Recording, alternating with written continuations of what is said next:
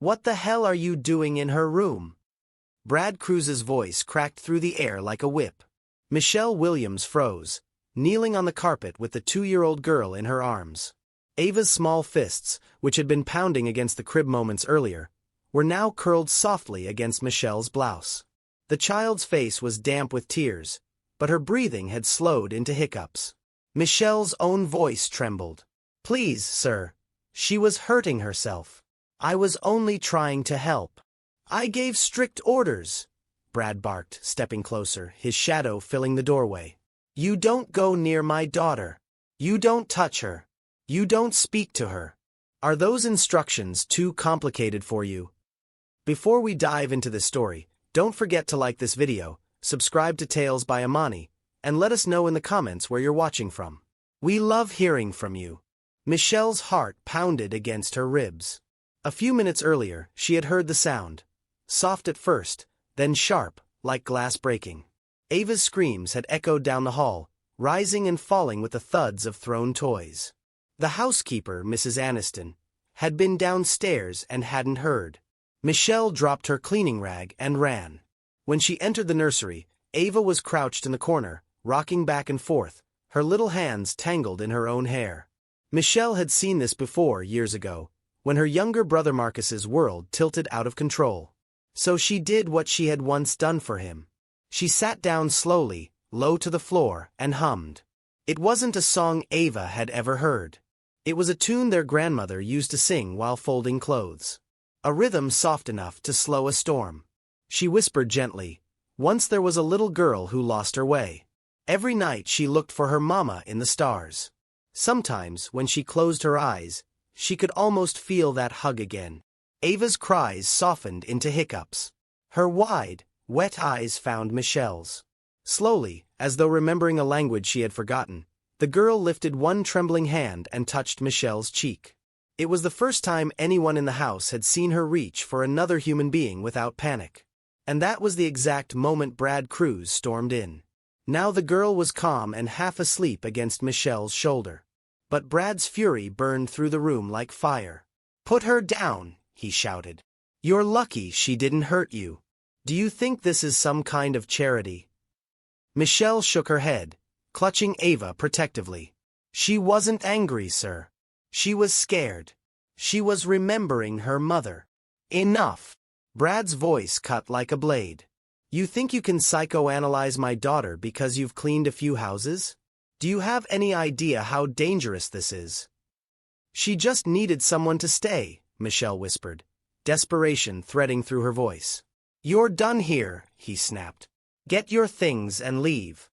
The words hit harder than a slap. Michelle's chest tightened. "Please, Mr. Cruz," she begged quickly. "I need this job. I can't go back home empty-handed. Please don't fire me. I swear, I didn't mean any harm. She needed someone, that's all." Brad turned away, his jaw tight, refusing to meet her eyes. "You had no right to touch her. Security will handle your paperwork." Michelle's eyes stung, but she lowered Ava carefully into her crib, brushing the damp hair from the little girl's forehead. For the first time in months, Ava's face was peaceful. Michelle lingered only long enough to whisper, "You're not broken, sweetheart. You're just scared." Then she rose to her feet, head bowed, as Brad's anger hung heavy in the air. The mansion had never been so quiet. The storm of Brad's anger still clung to the nursery walls long after Michelle had walked out with her canvas bag pressed to her chest. Down the sweeping staircase, her footsteps had echoed, faint and hesitant, until the heavy front door closed behind her. And then, silence. Brad stood in the hall outside his daughter's room, his breathing ragged, his fists still clenched. Ava was back in her crib, her small chest rising and falling in slow rhythm. For the first time in months, she hadn't needed the soft syringe of medicine to drift into sleep. She had fallen into slumber on her own, her tiny fingers curled around the corner of a blanket Michelle had tucked beside her. He leaned against the doorway, trying to steady himself. The sight made something in his chest twist painfully. Ava's face was calm, lips parted slightly, her cheeks still damp from earlier tears. It had been so long since she'd looked that way, peaceful, unburdened like a child should look. But it hadn't been him who had done that. It had been her, Michelle Williams. The maid.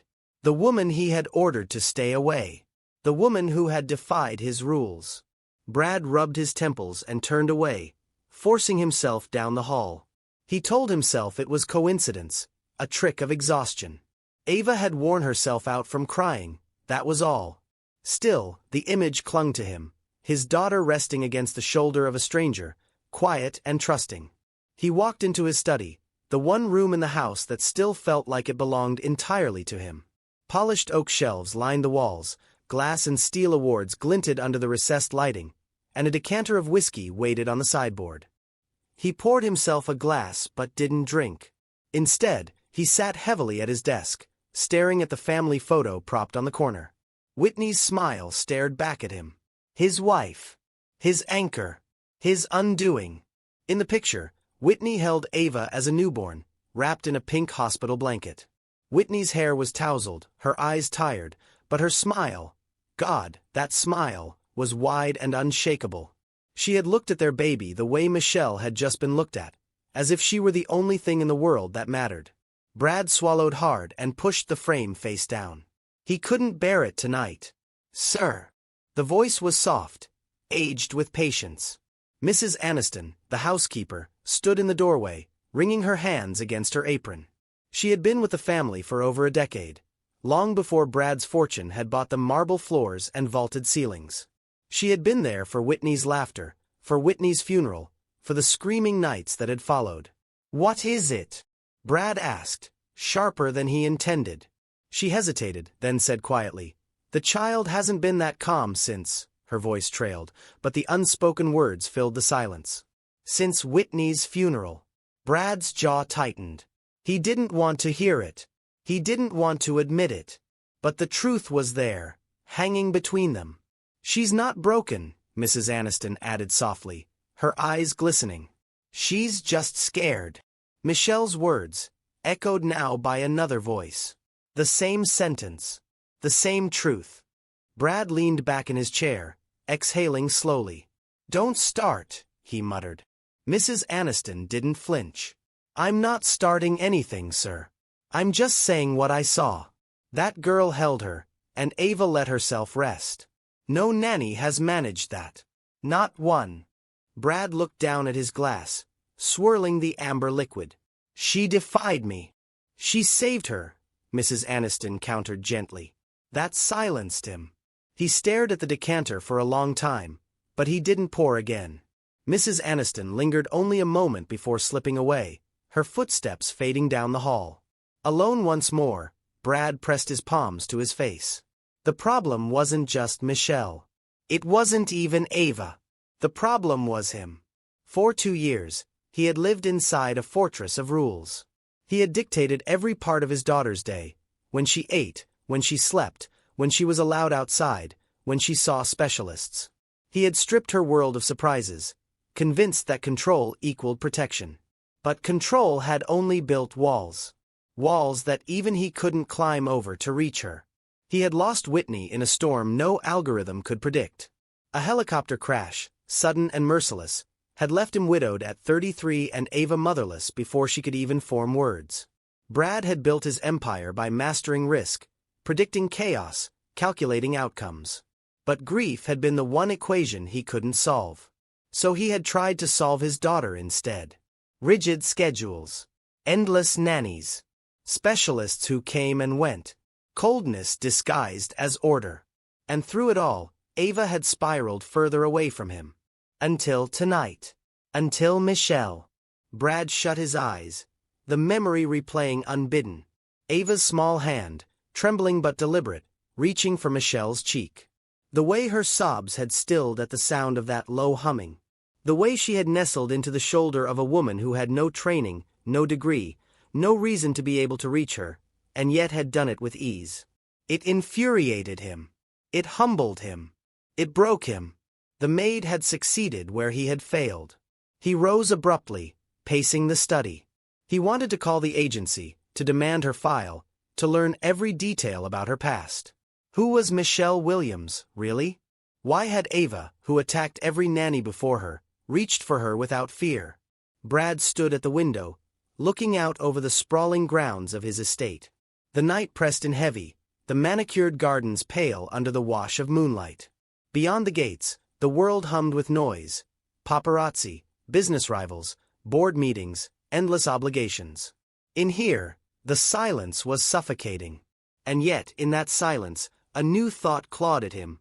Maybe he had been wrong. He gritted his teeth, resisting it. He didn't like being wrong. Not in business. Not in life. But tonight, the evidence sat upstairs in a crib, breathing evenly, dreaming softly, untouched by medicine. For the first time in weeks, his daughter was at peace. And the reason for that peace had just walked out of his house in tears. Brad pressed his forehead against the cool glass of the window, his reflection ghosting back at him. He looked tired. Even older. The lines around his mouth deeper, the shadows under his eyes darker. Whitney would have told him to stop, to breathe, to put down the armor. But Whitney wasn't here. The house was cold. The mansion was colder. And somewhere in the distance, he could still hear Michelle's trembling whisper. She just needed someone to stay. For the first time, Brad wondered if maybe, just maybe, that someone hadn't been him. Michelle sat in the cramped waiting room of the agency, hands folded so tightly her knuckles turned white. The tick of the clock on the wall sounded louder with every passing second, as if mocking her. Each name called wasn't hers. Each passing moment felt like another door slamming shut. Her record was already scarred. Too many dismissals, too many unfit for the job notes pinned to her name. She had begged the receptionist for another chance, but even she couldn't hide the pity in her eyes. If this placement didn't work out, Michelle knew exactly what was waiting. Silence. No calls, no jobs, no money. She swallowed hard, fighting the sting in her chest. I can't go back home empty-handed. Not after all this. That was when the agency door swung open. Heads turned. A sleek, black car had pulled up outside, and the man who stepped in carried the kind of presence that bent the room around him. Brad Cruz. Billionaire. Ruthless. The last person Michelle ever wanted to see again. He didn't look like a man who begged. He looked like a man who commanded. But here he was, scanning the room until his eyes locked on her. Michelle. His voice was firm, but not harsh. There was something else there, something unfamiliar. She didn't stand. Didn't even blink. Why are you here? Brad exhaled, as though even forming the words cost him more than he liked to admit. I was wrong. The room hushed. Even the receptionist froze mid-paper shuffle. Michelle let out a dry laugh. That's new. Brad Cruz admitting he's wrong? What's next? The sky falling. His jaw tightened, but he didn't retreat. Ava, she slept last night. No medication. No screaming. Just peace. And it was because of you. Her lips trembled, but she shook her head. You fired me, Brad. You didn't just fire me, you humiliated me. You treated me like I was disposable. You don't understand, he said quickly, stepping closer. I was protecting her. I thought distance, order, rules, that was the only way. But you reached her in a way no one else has. Not even me. Michelle studied him. He was powerful, polished, unreadable. But under the sharp suit and the armor of pride, his eyes gave him away. They were tired, scared, pleading. She let the silence stretch before answering. If I come back, it's not as your maid. I'm not here to polish your silver or tiptoe around your moods. I come back as someone who knows how to help Ava. You'll respect that, or I walk out right now. For the first time, Brad's mask cracked. His lips pressed into a thin line, and he gave a short nod. Agreed. The room practically buzzed with disbelief. Michelle gathered her bag slowly, savoring the moment. For once, it was her choice. When she walked back into the Cruz mansion hours later, the air shifted. Mrs. Aniston gasped, her hands flying to her mouth. And Ava, little Ava, did something no one expected. The moment Michelle stepped into the nursery, Ava's face lit up.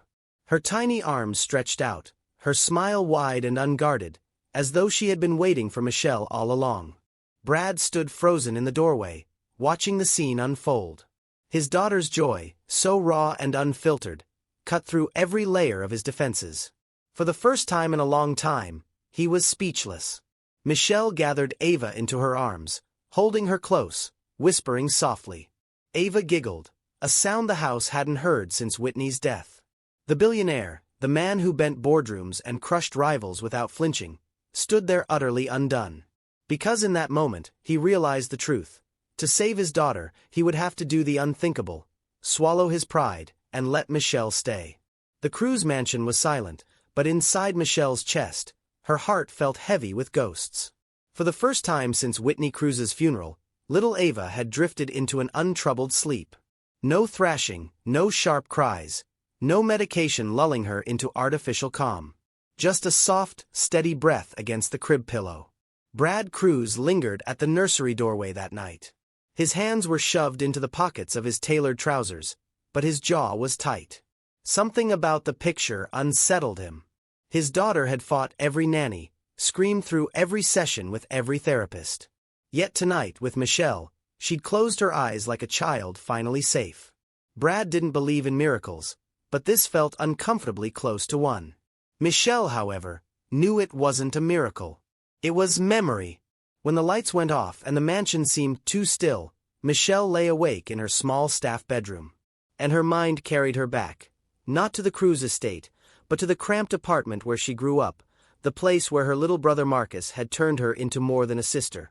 He had made her a protector. Marcus had struggled from the very beginning. Sensory issues, the doctors called it. For Marcus, the world was too loud, too bright, too sharp. A dripping faucet was a hammer. The seam in his socks felt like fire. When he melted down, their mother would cry and their neighbors would bang on the walls. But Michelle, she knelt on the floor beside him. She hummed softly. She told him stories. She remembered one night in particular. Marcus had torn at his hair, screaming, his fists pounding the carpet. She sat down beside him, not trying to stop him, just being there. Then she whispered about a boy who lost his way but found the stars, a boy who kept searching for his mother in the night sky. Slowly, Marcus's sobs gave way to hiccups. He crawled into her lap, clutching a battered children's book, the only story he ever loved, The Boy Who Followed the Stars. That book was his treasure. Their treasure. And then came the night that shattered it all. Marcus had run out of the apartment after a meltdown. Michelle had chased him into the street, but the headlights came too fast. The screech of tires still rang in her ears. In one cruel instant, Marcus was gone. The book disappeared too. Their landlord, Robert Timberlake, had taken it, sneering about unpaid rent. He called it collateral, but to Michelle it was theft, of the last piece of Marcus she had left. Now, 2 years later, that wound still bled inside her. The next morning, as the gray sky hung low over the mansion, the intercom buzzed at the front gates. Mrs. Aniston shuffled over, her glasses sliding down her nose.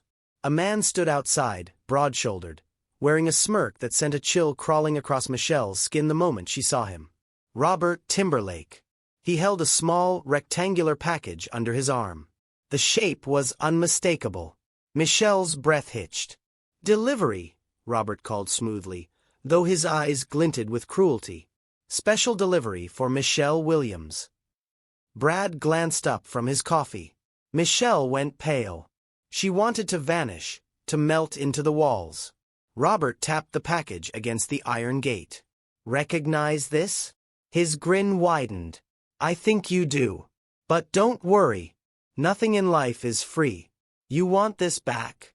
Then you'll pay me what you owe, and more." Michelle's voice shook, though she tried to keep it steady. "Leave, Robert. Leave." He chuckled. "You've got yourself a billionaire boss now. Don't tell me you can't scrape together a little cash. Unless you'd prefer I talk to the tabloids instead? Black Maid seduces grieving billionaire. Catchy headline, don't you think?" Her chest clenched. If he spread lies, she'd lose everything. Robert leaned closer to the bars, lowering his voice to a hiss. "Think about it, Michelle. You don't want your past ruining your shiny new future. He tapped the package one more time, Marcus's book, then tucked it under his arm and sauntered away. Michelle's face stayed calm, but her hands trembled at her sides. She thought no one saw. But Brad Cruz wasn't blind. From across the grand foyer, he studied her carefully. That flicker of fear in her eyes, it wasn't about cleaning, or wages, or house rules. This was something deeper. Something raw. He had seen that look before. On Whitney's face. His late wife had often smiled for cameras, nodded politely at galas, but when the doors closed, her eyes sometimes carried that same fear. Brad's throat tightened.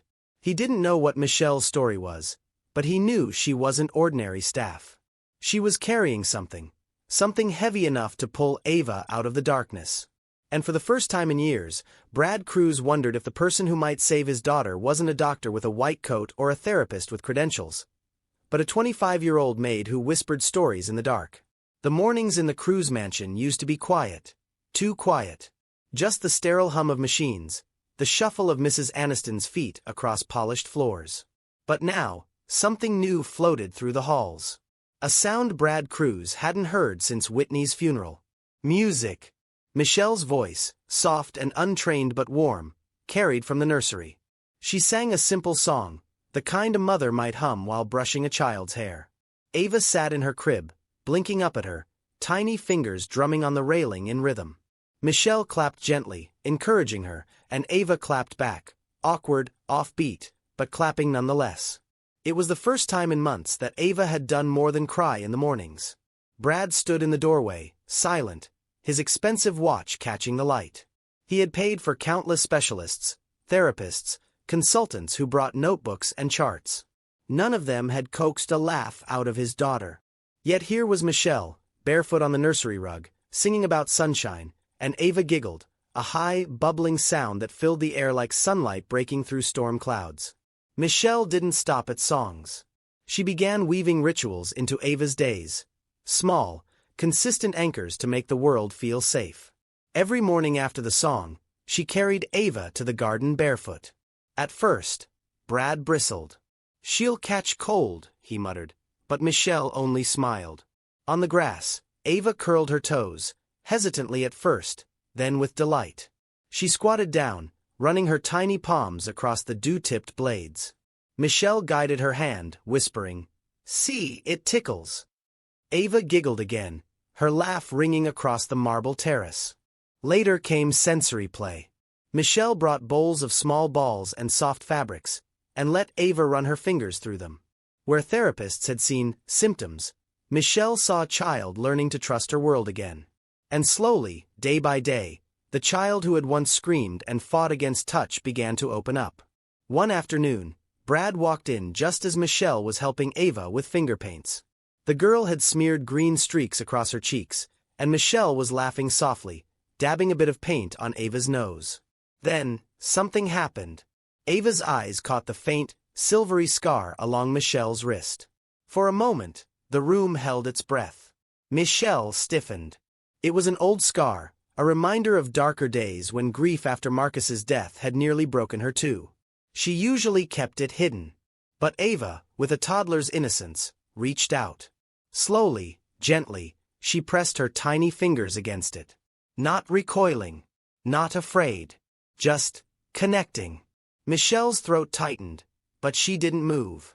"It's okay, sweetheart," she whispered, her voice breaking. From the doorway, Brad froze. The sight was like a punch to his chest. His daughter, his Ava, had never touched him like that. She had never reached for him with such quiet trust. Something inside him cracked. For months, he had tried to control grief with rules, to cage sorrow with routines. He had locked his daughter away behind walls of silence and distance. Yet here she was, touching a scar on Michelle's wrist as if it were the safest thing in the world. Brad turned away before they could see the tears in his eyes. That evening, Brad joined Michelle in the garden. The air was cool, carrying the scent of roses Whitney had once planted. Ava toddled between them, holding Michelle's finger in one hand, a soft toy in the other. "You're good with her," Brad said finally, his voice low, almost reluctant. Michelle looked up, cautious. She's good with me. That's different.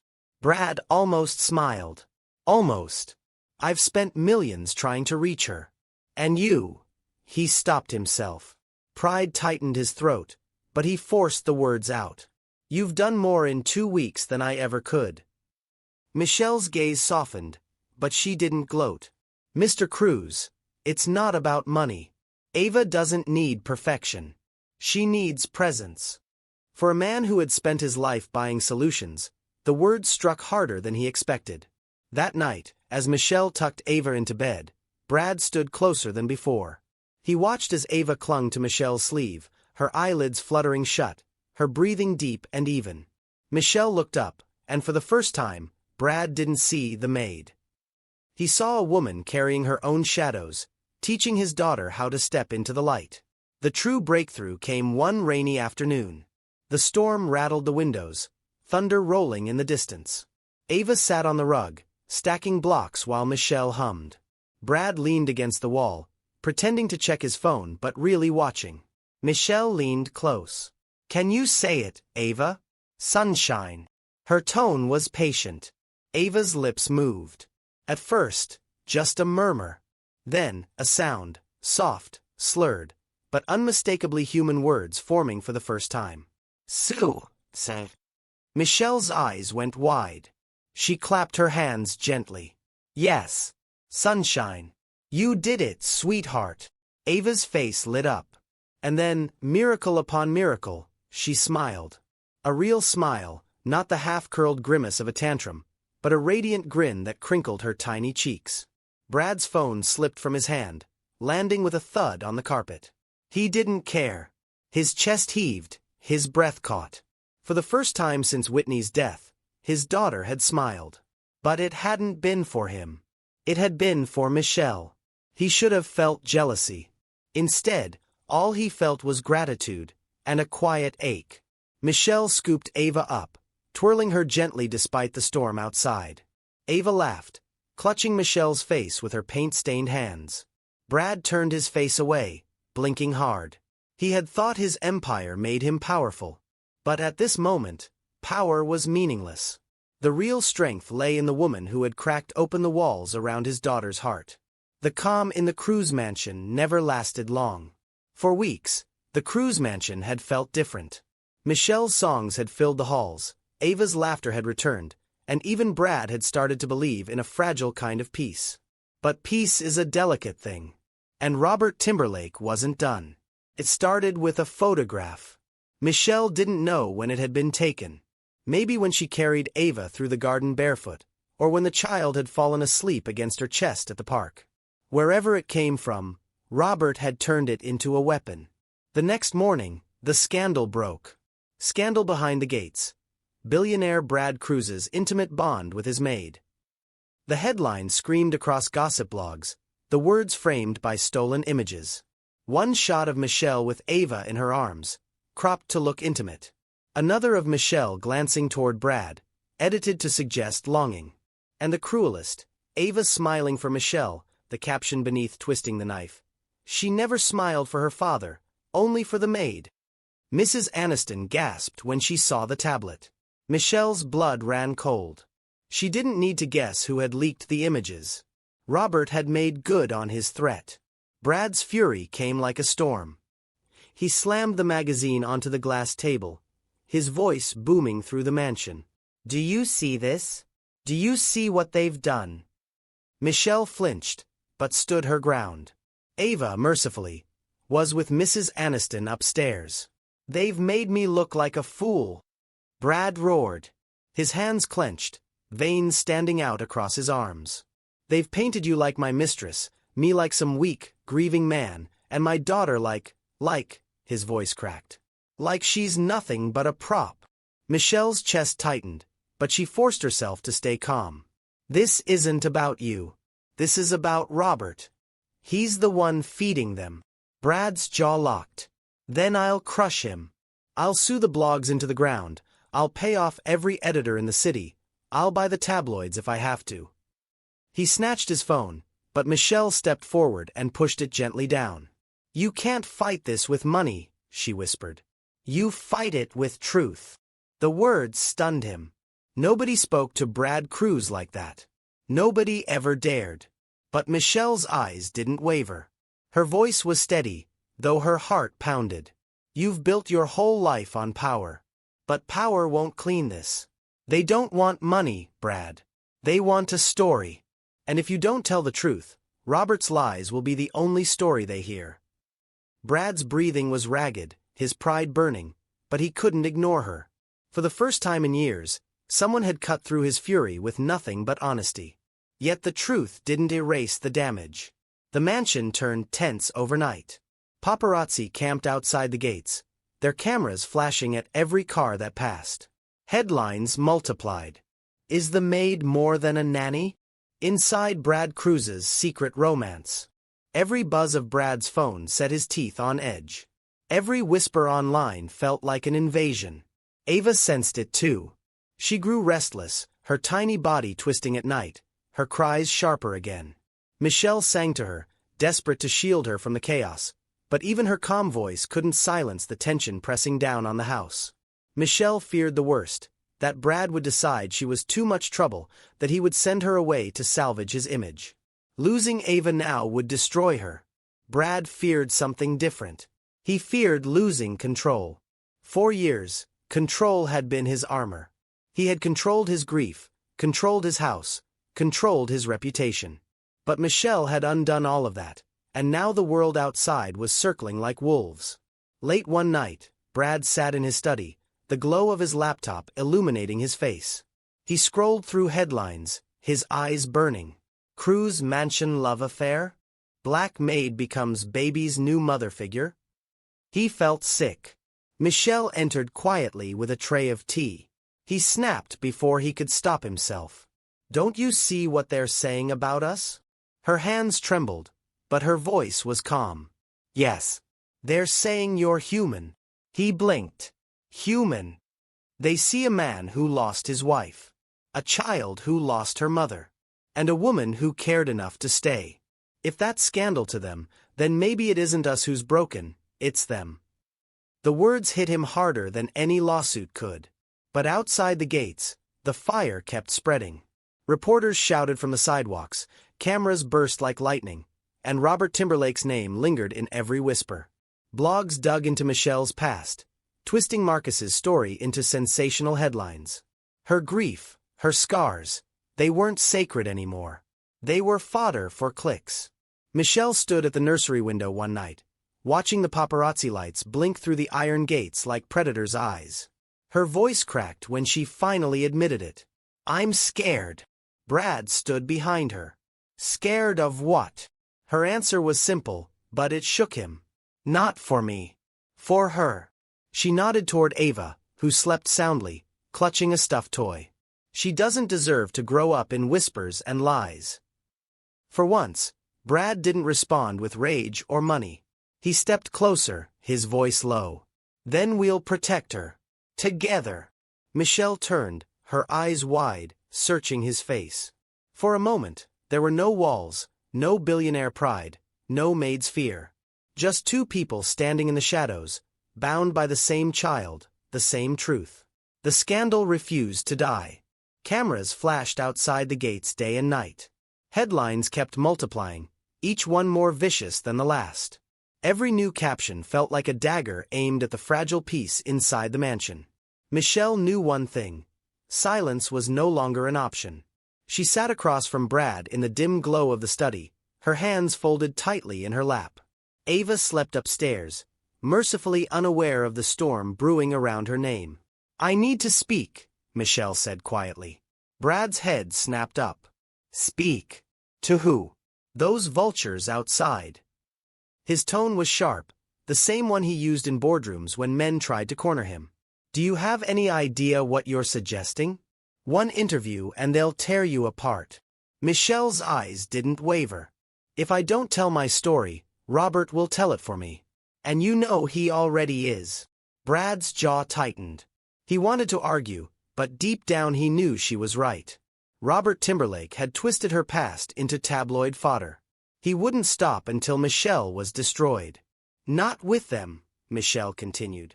Not with gossip blogs. With Jennifer Malone. Brad frowned. The name rang familiar. Jennifer Malone was no tabloid writer. She was a respected journalist, known for reporting with integrity, for peeling back the cheap scandal to reveal the human story underneath. You want to go public? Brad asked, his voice lower now, more measured. You want to put yourself, and Ava, on camera? Michelle's voice softened. I want to put truth on camera. They've painted me as a scandal. But that's not who I am. That's not who Ava is. The world needs to see her the way I see her. The way Whitney would want her remembered. Whole. Not broken. Brad's chest tightened at the mention of Whitney. He closed his eyes, seeing his wife's face in the early days of motherhood, her soft smile, her fierce determination. She had hated the tabloids too. She had always said, the truth protects itself, Brad. But you have to let it breathe. He opened his eyes and met Michelle's steady gaze.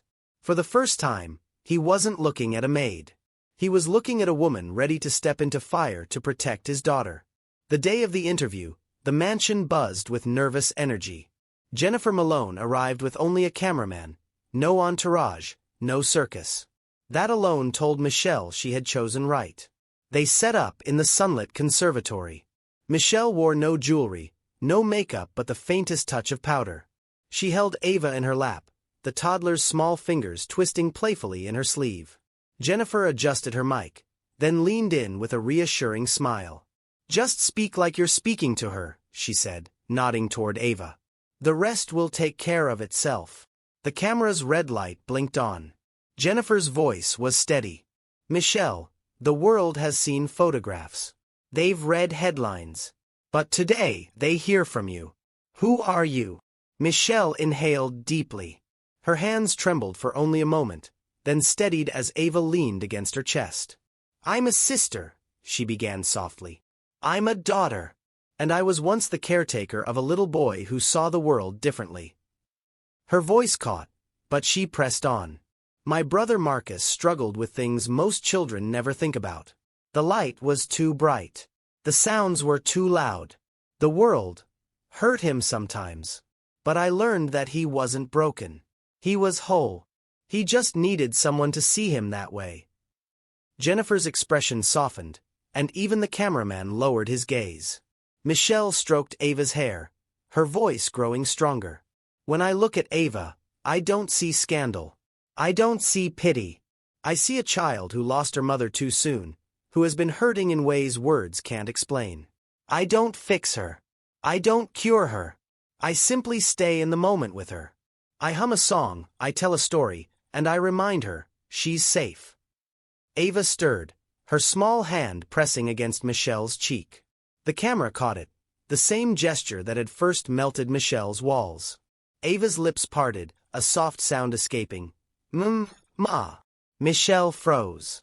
Brad, watching from the hallway, clutched the doorway. His throat tightened. Ava had spoken, her first word-like sound, and it had come here, in the middle of truth, not scandal. Tears slipped down Michelle's face as she kissed the top of Ava's head.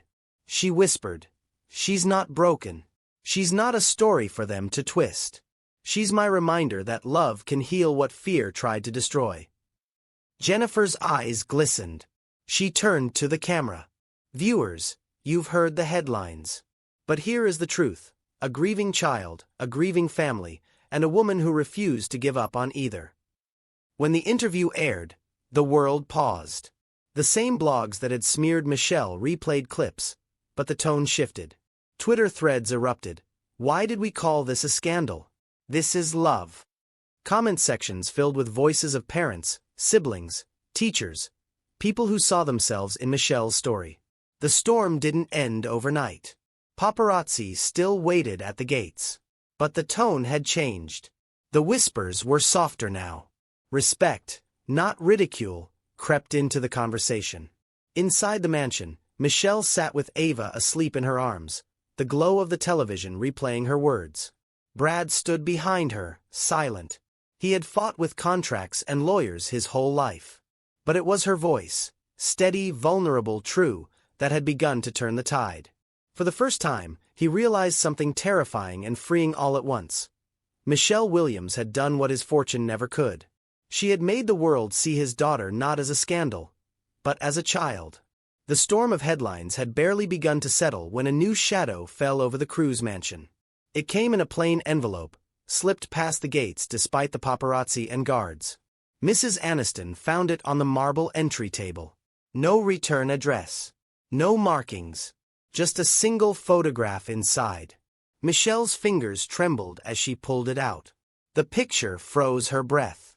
It was Ava, tiny arms wrapped around her neck, cheek pressed against her shoulder. A private moment stolen, transformed into ammunition. Beneath it, a note scrawled in sharp ink. Does she know her real mother? Michelle staggered back, clutching the photo as though it might burn her hands. Brad snatched the note, his face hardening with every word. Timberlake, he spat. His voice was low, dangerous, a promise of war. He summoned security within the hour. Cameras doubled. Guards patrolled the grounds like soldiers. The gates clanged shut with new force. But steel and alarms couldn't erase the truth. Someone had breached their world. That night, Michelle sat at the edge of her bed, the photograph in her lap.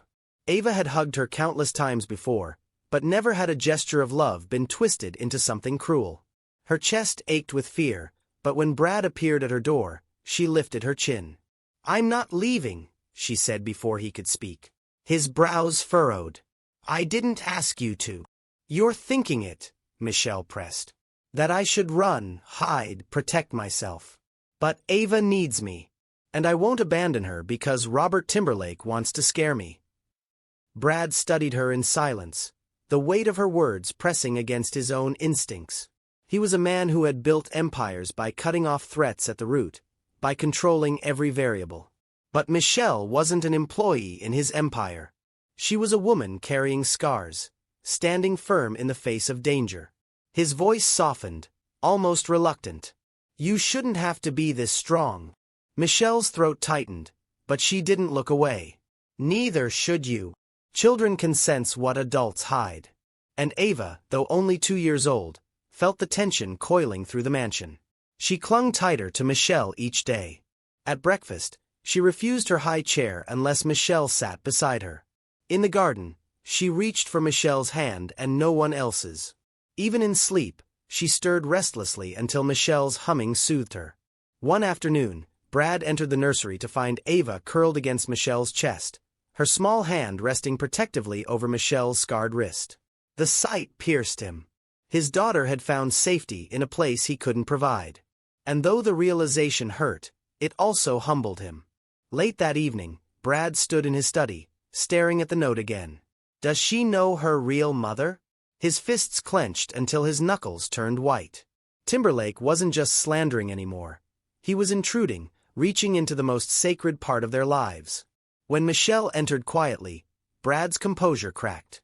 He won't stop, he muttered, voice rough. Not until he's destroyed you.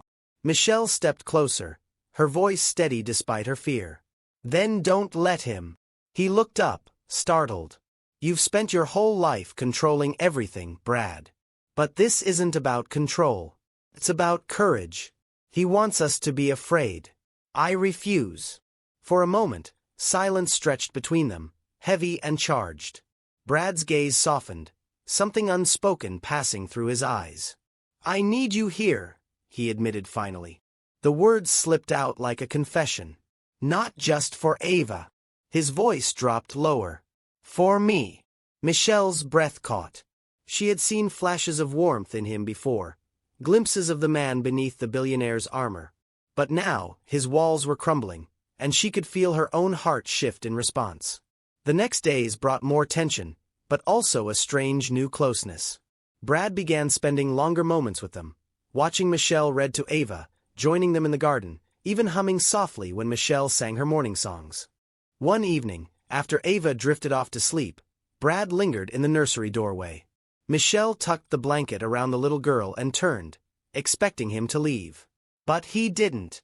She trusts you more than anyone, he said quietly.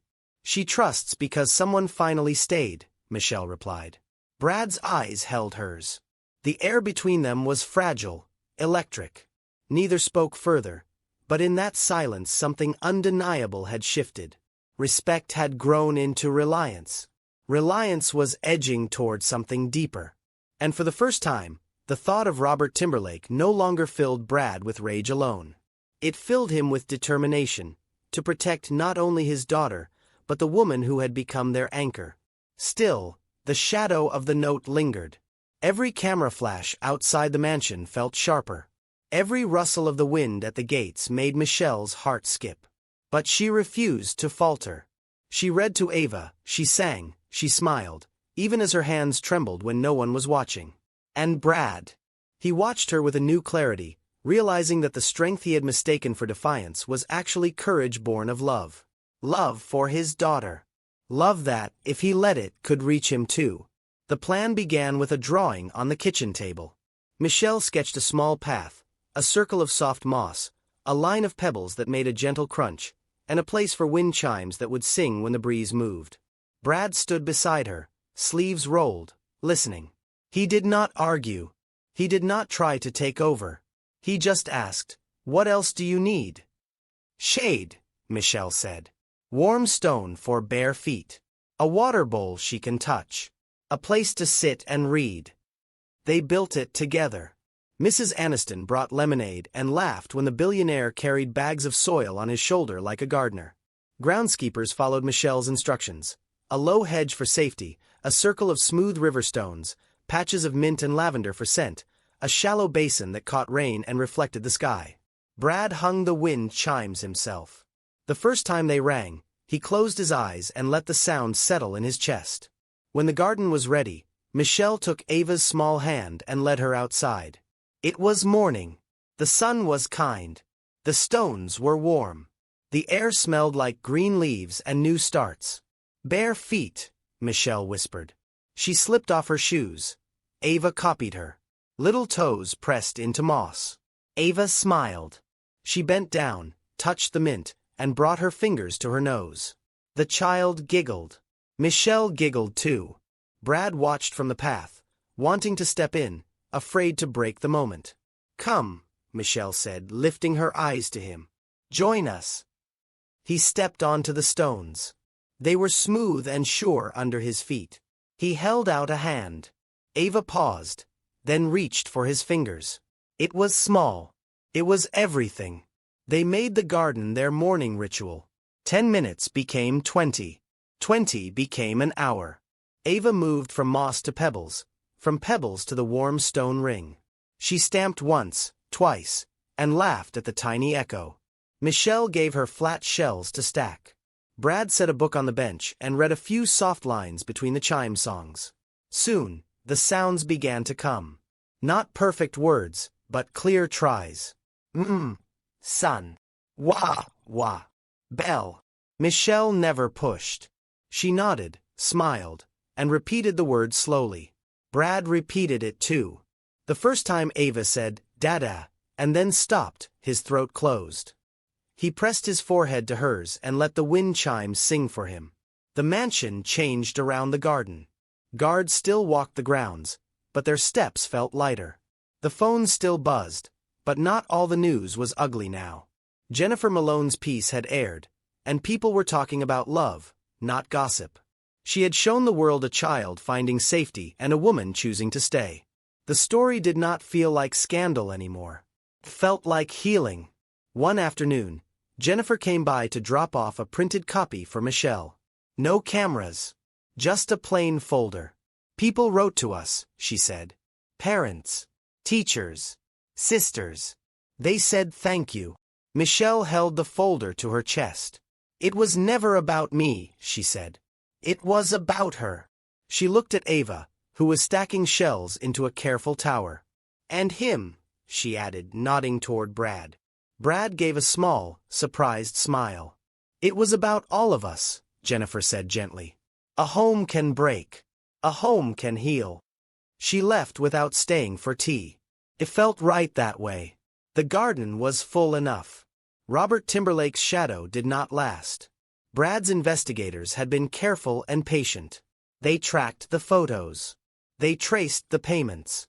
They found the threats, the calls, the smug message that said, "I can make her disappear." When the police came for Robert, Michelle was in the kitchen with flour on her hands, helping Mrs. Aniston bake a simple cake for Ava. She did not celebrate. She stood still, eyes closed, and breathed. It was not a victory dance. It was relief. It was safety returning to the room.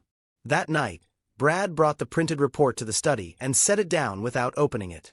"We won," he said, but the word felt too sharp for what the house needed. Michelle shook her head. "No," she said softly. "We're safe." They left the file on the desk and went to the nursery together.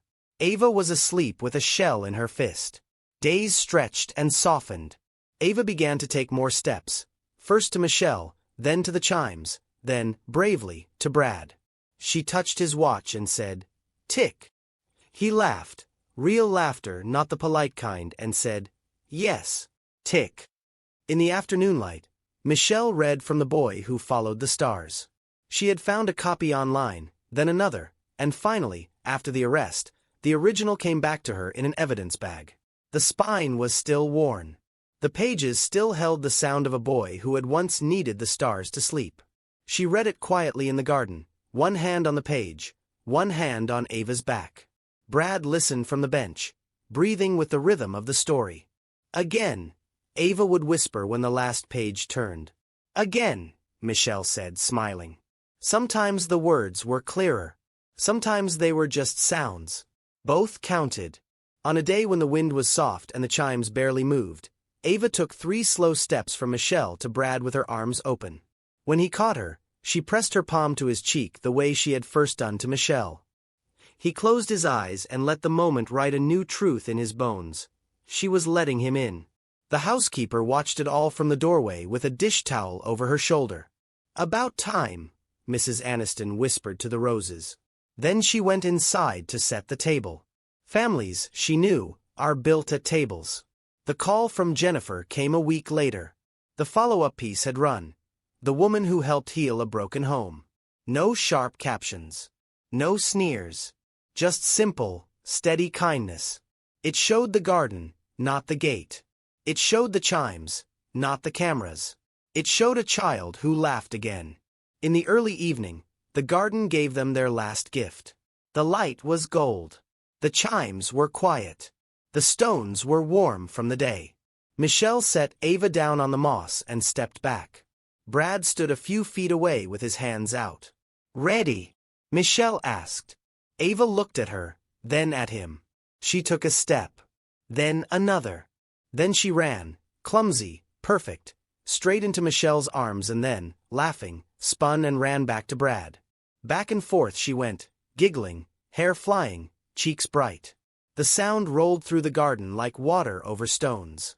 It was the first deep laugh anyone had heard from her since Whitney's passing. It filled the spaces that grief had hollowed out. It climbed the hedge. It touched the windows. It made the chimes ring even when the wind did not blow. Michelle knelt and opened her arms. Brad knelt across from her and did the same. Ava ran between them, choosing both, belonging to both. When she finally tumbled into Michelle's lap, she turned and reached for Brad's face. "Dada," she said, clear as a bell. His eyes shone. He kissed her hand and rested his forehead against Michelle's for a breath that felt like a promise. No contracts. No headlines. Just a father learning, a woman staying, a child safe between them. They sat on the stone ring until the light went soft. Mrs. Aniston brought out 3 slices of cake and left them on the bench without a word. The garden held them all. The mint, the lavender, the water bowl, the patient chimes. A billionaire learned fatherhood. A maid reclaimed dignity. A child discovered safety in love. The house beyond the hedge was still large and loud and full of the world's demands. But inside the circle of moss and stone and wind, their family felt whole. If this story touched you, and you want more powerful, healing tales like this, subscribe to Tales by Amani. Like, share, and join our community. Because stories like these help us all remember what love can do.